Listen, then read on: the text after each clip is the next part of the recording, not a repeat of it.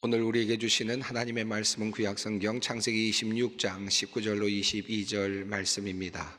창세기 26장 19절로 22절까지 말씀입니다. 이 계시의 말씀을 봉독할 때 다 함께 살아계신 하나님의 음성을 들으실 수 있기를 바랍니다. 이삭의 종들이 골짜기를 파서 샘 근원을 얻었더니 그랄 목자들이 이삭의 목자와 다투어 이르되 이 물은 우리의 것이라 하매 이삭이 그 다툼으로 말미암아 그 우물 이름을 에색이라 하였으며 또 다른 우물을 봤더니 그들이 또 다툼으로 그 이름을 신나라 하였으며 이삭이 거기서 옮겨 다른 우물을 봤더니 그들이 다투지 아니하였으므로 그 이름을 르호봇이라 하여 이르되 이제는 여호와께서 우리를 위하여 넓게 하셨으니 이 땅에서 우리가 번성하리로다 하였더라. 아멘. 지난 주일에 우리는 야베스가 하나님께 드린 기도를 함께 살펴보았습니다. 바벨론 포로로 잡혀갔던 유다 백성들이 돌아오면서 그들이 고향으로 돌아오는 길에서 붙잡았던 야베스의 기도, 우리의 지역을, 나의 지역을, 지경을 넓혀 주소서라는 이 기도가 얼마나 절실했을까 하는 그런 관점에서 우리가 야베스의 기도를 함께 살펴보았습니다. 오늘 본문 말씀은 그런 면에서 지난주일 설교와 어느 정도 맞물려 있는 말씀입니다. 역사를 거슬러 올라가서 아주 오래전의 과거, 이스라엘 민족이 태동했던 그 옛날, 바로 그곳에서 가나안 정착을 하던 바로 그때는 어떤 일이 일어났을까, 어떤 일이 있었을까 하는 그런 이야기를 오늘 함께 살펴보려고 합니다. 하나님께서 아브라함을 선택하시고 창세기 12장에서 친척과 아비의 집을 떠나라 라고 명령하셨습니다. 그리고 아브라함은 믿음으로 그 길을 떠나가게 되었습니다. 고향을 버리고 그리고 하나님께서 지시하시는 땅으로 가라라는 말씀은 그저 평범해 보이는 말씀 같지만 그저 우리 오늘 시대처럼 여행하라라는 뜻이 아니고 하나님께서는 정말로 힘든 모든 지역의 사람들이 널려있는 그 자리에서 비집고 들어가라는 말씀이고 하나님께서 지시하는 그 땅에 들어가서 다른 사람들과 함께 어울려 살라는 말씀이고 동시에 그들을 몰아내라는 말씀이기도 하였습니다. 나그네와 같은 삶을 살아가는 아브라함의 여정이 이어졌을 것입니다. 아브라함은 우르라고 하는 지역에서 출발을 하죠. 그리고 하란으로 들어갔습니다. 잠시 하란에 머물다가 세겜으로 그리고 베델을 지나서 그리고 기근이 들자 애굽으로 내려갔습니다. 또다시 애굽에서 올라와서 베델 지역으로 그리고 헤브론으로 가게 되었습니다. 단과 호바 그리고 사회골짜기 등을 거쳐 갑니다. 그리고 다시 헤브론에 정착을 합니다. 다시 그곳에서 또 기근으로 인해 그랄로 이동을 하게 되고 그리고 브엘세바에 한동안 머물다가 다시 헤브론으로 돌아갑니다. 그리고 그곳에서 자신의 마지막을 마무리하게 됩니다. 그가 이동했던 경로를 보아도 참으로 멀고 험난한 길이었고 그가 그곳에 정착할 때마다 어떤 일이 일어났을까를 상상해 본다면 참으로 그가 많은 고생을 했겠다라는 생각이 듭니다. 지금처럼 여행을 하는 것이 아니기에 나그네와 같은 삶을 사는 것이기에 안전에 대한 위협이 항상 존재하고 있었을 것입니다.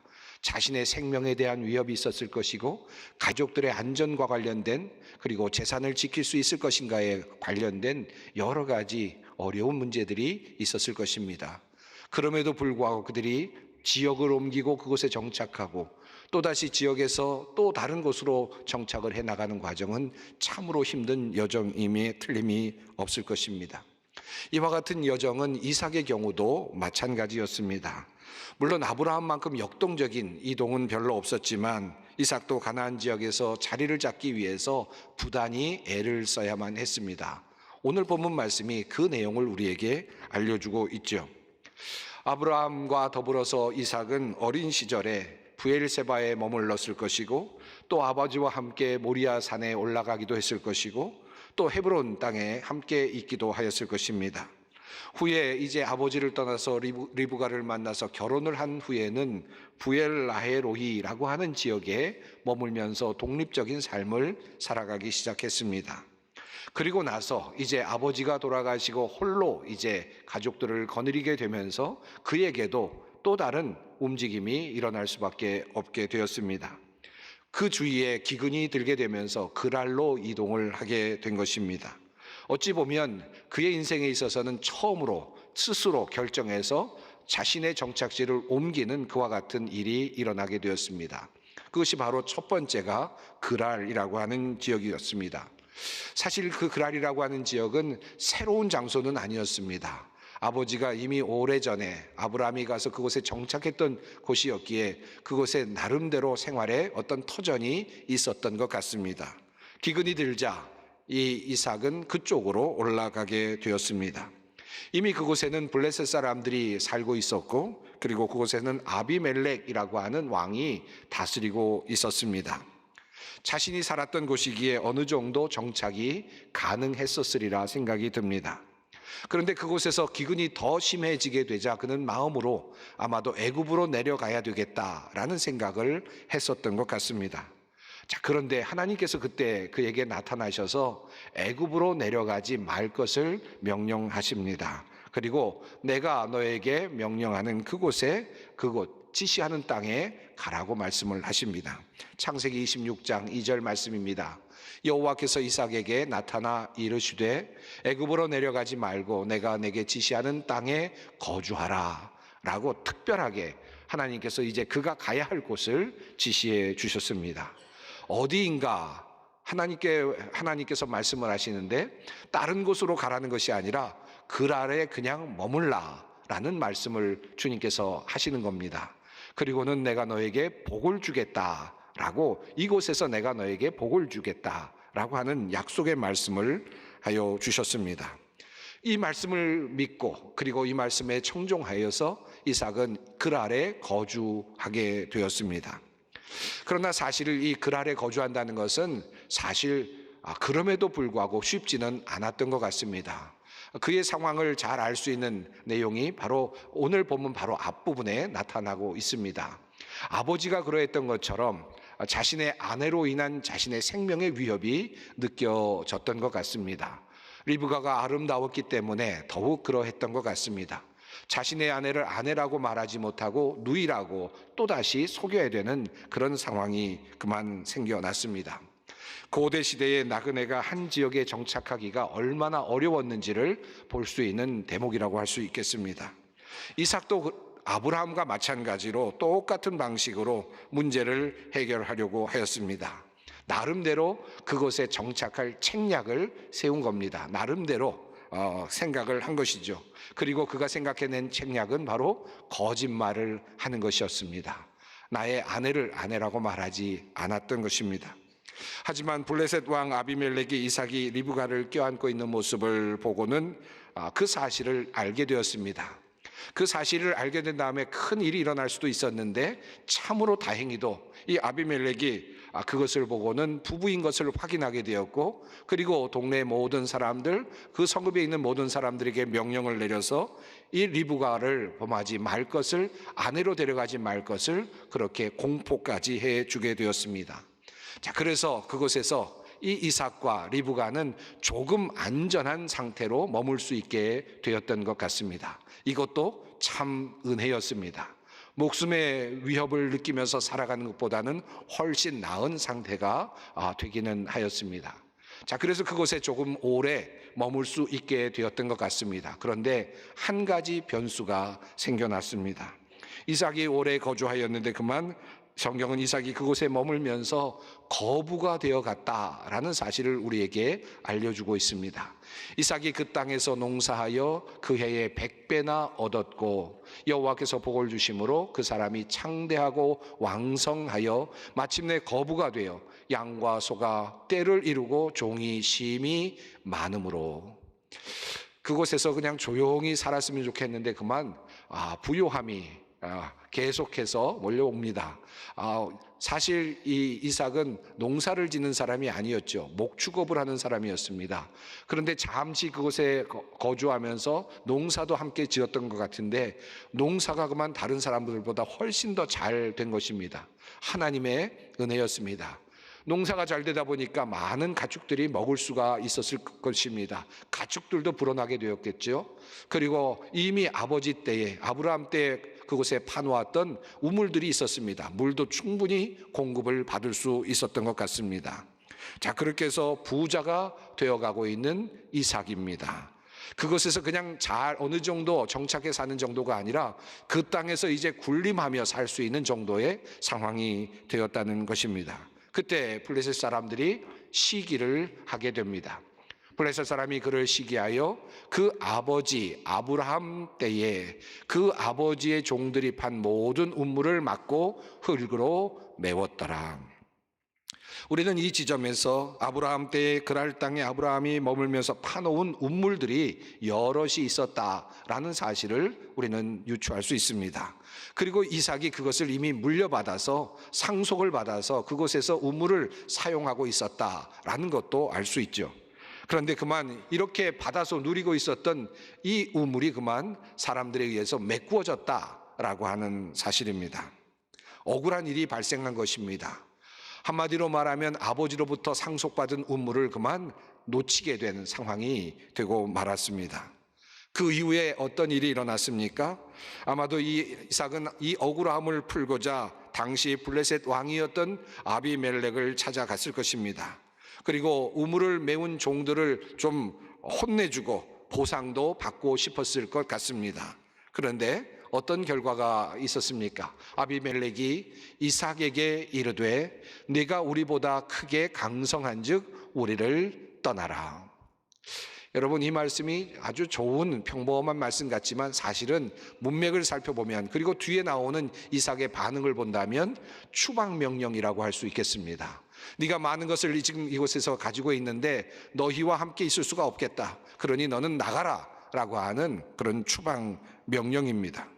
억울한 일을 당했는데 도리어 법의 보호를 받지 못하는 상황이 되었습니다. 도리어 쫓겨나는 그런 상황이 되고 말았습니다. 사실 이 사건은 그랄 지역에 머물기 위해서 아버지 아브라함 때부터 노력해왔던 모든 정착의 노력들이, 과정들이 결국은 실패로 돌아갔음을 알려주는 사건이라고 할 수 있겠습니다. 자, 그렇게 해서 결국 이삭은 억울하게 그 땅을 떠날 수밖에 없게 됩니다. 자, 많은 사람들이 이삭의 이러한 태도를 보면서 어떻게 이삭이 이렇게 할 수 있었을까에 대해서 의문을 갖습니다. 도대체 무엇이 이삭으로 하여금 이렇게 계속해서 갈등을 회피하고 우물을 또 다른 곳에 팔 수 있었을까 하는 질문을 던지죠. 사실 당시에 우물을 판다는 것은 매우 어려운 일이었습니다. 요즘같이 수맥을 알 수 있는 그런 기계도 없고 수맥을 측정할 수 있는 그런 기계도 없었기 때문에, 특별히 우리처럼 이렇게 물이 아무 데서나 나는 것도 아니었기에, 광야와 같은 곳이었기에 물의 맥을 찾는다는 것은 쉽지 않았을 것입니다. 그리고 깊이 파야만 물을 얻을 수 있었던 땅이었습니다. 많은 노동력이 필요한 그런 일이었습니다. 자, 그럼에도 불구하고 그는 팠던 우물, 그것에서 다툼이 일어나자 그는 또 다른 곳으로 옮겼습니다. 또 다른 곳으로 옮겼습니다. 도대체 어떻게 해서 이런 일이 일어날 수 있었을까? 많은 사람들은 이삭이 가지고 있었던 온유한 성품과 그의 싸움을 싫어하는 성향을 꼽고 있습니다. 그는 진정한 평화주의자였던 것 같습니다. 그는 싸움을 피하면서 계속해서 옮겨갔고 그 과정에서 그는 더 넓은 땅을 마침내 얻을 수 있게 되었습니다. 그래서 많은 사람들이 그가 가지고 있었던 삶의 어떤 태도라 그럴까요? 그와 같은 성향을 매우 중요한 것으로 꼽고 있습니다. 하지만 앞에 나오는 이야기, 즉 자신이 그랄에서 죽을 수도 있었다, 그래서 자신의 아내를 아내라고 말하지 않고 누이라고 말했던 것을 생각해 본다면 그에게는 또 다른 의미의 두려움도 있었던 것 같습니다. 그냥 어떤 그 목자들이 와서 자신의 그 우물을 빼앗을 때 내가 이것을 저항하다 보면 내가 혹시라도 또 어려움을 당할 수도 있겠다, 죽을 수도 있겠다라는 생각을 했을지도 모르겠습니다. 그래서 어쩔 수 없이 생존을 위해서 안타깝지만 팠던 것을 그냥 포기하고 또 다른 우물을 팠을 가능성도 꽤 높아 보입니다. 저는 아마도 이 두 가지 이유가 함께 공존하지 않았을까, 그렇게 생각이 됩니다. 본래 온유하고 그리고 평화를 좋아하는 성품이었을 것입니다. 그러나 그에게는 또 다른 두려움도 있었을 것입니다. 그래서 그는 우물을 메우거나 분쟁이 일어났을 때 그것을 피해서 또 다른 곳으로 갔고 또 그곳에서 우물을 박원했습니다. 그가 마침내 르호봇이라는 이름을 붙이는 이 장면에서 저는 이삭의 마음이 느껴지고 또 하나님의 축복을 보게 됩니다. 너희가 나를 밀어내고 또 나를 밀어내지만 그러나 세상은 넓다. 내가 갈 곳은 있다. 라고 하는 하나의 자의식의 표현이라고 생각합니다. 그리고 그가 처음에 머물렀던 곳과 비교해 본다면 참으로 큰 차이가 이미 일어났음을 우리는 확인할 수 있습니다. 그들이 쫓겨났을 때 제일 먼저 갔던 곳은 그랄의 골짜기였습니다. 계곡이었습니다. 자그마한 곳이었습니다. 그런데 그곳에서 쫓겨나고 또 쫓겨났는데 결과적으로는 넓은 평야로 나아간 것이죠. 그리고 평원에서 넓다라는 그런 단어를 붙일 만큼 그런 곳에 머물 수 있게 된 것입니다. 자, 이렇게 르호봇을 차지하게 된 이삭은 한 걸음 더 나아갑니다. 르호봇에 머물면서 또 동시에 영향권을 펼쳐가는데 부엘세바라고 하는 지역으로 올라갑니다. 그 지경이 더욱더 넓어지는 그런 내용이 나옵니다. 자, 그곳에까지 올라가서 이제 세력을 확장하고 있었을 때쯤에 성경 말씀 오늘 뒷부분을 보면 아비멜렉이 군사령관 비고를 데리고 그랄 지역에서 이삭을 찾아왔습니다. 그리고 군사령관과 함께 왔다는 의미는 무언가 압박을 주려고 하는 그런 의미가 있었을 것이라고 생각합니다. 전쟁인가라는 생각이 드는 순간, 그런데 이 아비멜렉은 그에게 평화 조약을 맺자고 제안을 합니다. 아마 아비멜렉이 그렇게 그를 찾아오게 된 데까지는 나름대로 이유가 있었을 것입니다. 이삭의 이 때가 굉장히 크게 번성했음을 의미하는 것이고 그의 종들의 숫자나 군사력이 꽤 강력해졌다라는 것을 의미하고 있었을 것입니다. 그리고 아마도 아비멜렉은 그들에게 이삭의 모든 가족들에게 했던 그런 잘못된 행실들에 대한 위협을 느꼈을지도 모르겠습니다.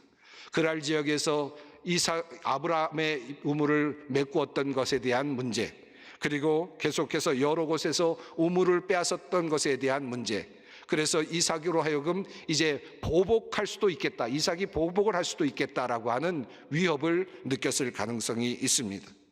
그래서 아비멜렉은 이삭과 평화 조약을 맺자고 합니다. 한마디로 말하면 과거를 청산하자라고 하는 그런 조건이었던 것 같습니다. 자, 그런데 이삭은 그것조차도 흔쾌히 받아들였습니다. 자, 이제는 세력이 꽤나 커졌습니다. 어쩌면 군사력도 꽤 강력해진 것 같습니다. 얼마든지 그랄 지역을 공격할 수도 있었을 것 같습니다만은 그는 이제 그 지점에서 전쟁을 하기를 포기하고 보복하기를 원치 않습니다. 그들과 평화로운 조약을 맺습니다. 이제 안전하게 이제 그는 그 지역에 머물 수 있게 되었고 강력한 힘을 가지는 그런 상태가 되었습니다. 자, 그런데 이렇게 평화조약을 맺고 아비멜렉이 돌아간 후의 일을 성경은 이렇게 극적으로 표현하고 있습니다. 그들은 다음 날 아침에 일찍이 일어나서 서로 맹세하였으며 그런 다음에 이삭이 그들을 보내니 그들이 평안한 마음으로 돌아갔다. 그날 이삭의 종들이 와서 그들이 판 우물에서 물이 터져 나왔다고 보고하였다. 여러분, 이 말이 그냥 지나가는 말 같지만 얼마나 극적인 말입니까? 이제 평화로운 조약을 막 맺었습니다. 그래서 이제 우리도 안전할 수 있게 되었다라고 생각이 드는 순간인데 하나님께서는 그 땅에 물이 터져 나오게 해주셔서 또 다른 축복을 열어주시는 겁니다. 얼마나 놀라운 하나님의 축복인지 모르겠습니다. 자, 이런 놀라운 역사가 일어났습니다. 그리고 이삭은 그곳에서 머물면서 하나님의 큰 축복을 받으며 번성하게 되어 갑니다. 지경이 넓어지는 그런 경험을 하게 된 것입니다. 자, 여러분, 여기까지 제가 성경의 이야기를 요약해서 말씀을 드렸습니다. 여러분, 지금까지 이야기를 들으시면서 어떤 생각이 드십니까? 어떤 마음이 드셨습니까? 지금까지 내가 갈등의 요소들이 꽤 많이 있었는데 이제 이 말씀을 들었으니까 갈등 요소를 이제 하나씩 없애야 되겠다. 그래야 내가 복을 받겠구나. 이런 생각을 하시는 분들도 있겠죠. 또 어떤 분들은 내가 지금 사업이 잘 안 되는데 이 사업 정리하고 다른 우물을 파야 되겠구나, 이런 결단을 하시는 분이 혹시 있을지도 모르겠습니다. 여러 가지 어려운 문제 중에서 내가 이제부터 평화적으로 비폭력으로 모든 문제를 해결해야 되겠다라는 마음으로 결단을 하실 수도 있겠습니다. 여러분, 그런 결단들이 의미가 있는 결단일 수도 있겠죠. 그러나 사실 오늘 이 말씀이 하나님의 말씀으로 우리에게 다가오는 것은 어떤 방법을 택하라든지 계시적인 방법으로 하나님께서 우리에게 어떤 것을 어떻게 하라고 하시는 그런 의미라기보다는 사실은 그 속에 숨겨져 있는 또 다른 것을 보여주시고자 하시는 하나님의 의도가 있다는 것을 알 필요가 있습니다. 오늘 그 이야기를 조금 더 여러분과 함께 하고 싶습니다. 사실 갈등을 최소화하고 평화적으로 해결하는 것은 하나님께서 원하시는 일이죠. 예수님께서 우리에게 보여주신 방법이기도 합니다. 자, 그런데 과연 그렇게만 산다고 우리 모두가 다 우물이 터져 나올까요? 우리가 그렇게 비폭력적으로 평화롭게 양보만 하면 항상 우물이 터져 나오고 모든 일들이 잘 될까요? 과연 그럴까요? 한번 그것도 깊이 생각해 볼 필요가 있습니다. 오늘 이 말씀을 근거로 해서 내가 사업을 다시 정리하고 새로운 사업을 한다고 그 사업이 또다시 번창할까요? 사실 그것도 의문이죠. 과연 이 이야기 속에서 우리가 깊이 보아야 할 것이 무엇일까 하는 말씀입니다. 이삭이 복을 받을 수 있었던 이유는 아브라함 때문이었다는 사실입니다. 야곱이 복을 받을 수 있었던 이유도 아브라함 때문이었다라고 하는 말씀입니다. 아브라함과 했던 하나님의 약속, 그 약속을 하나님께서는 신실하게 야곱에게도 지키고 계시고 이삭에게도 지켜가고 계십니다.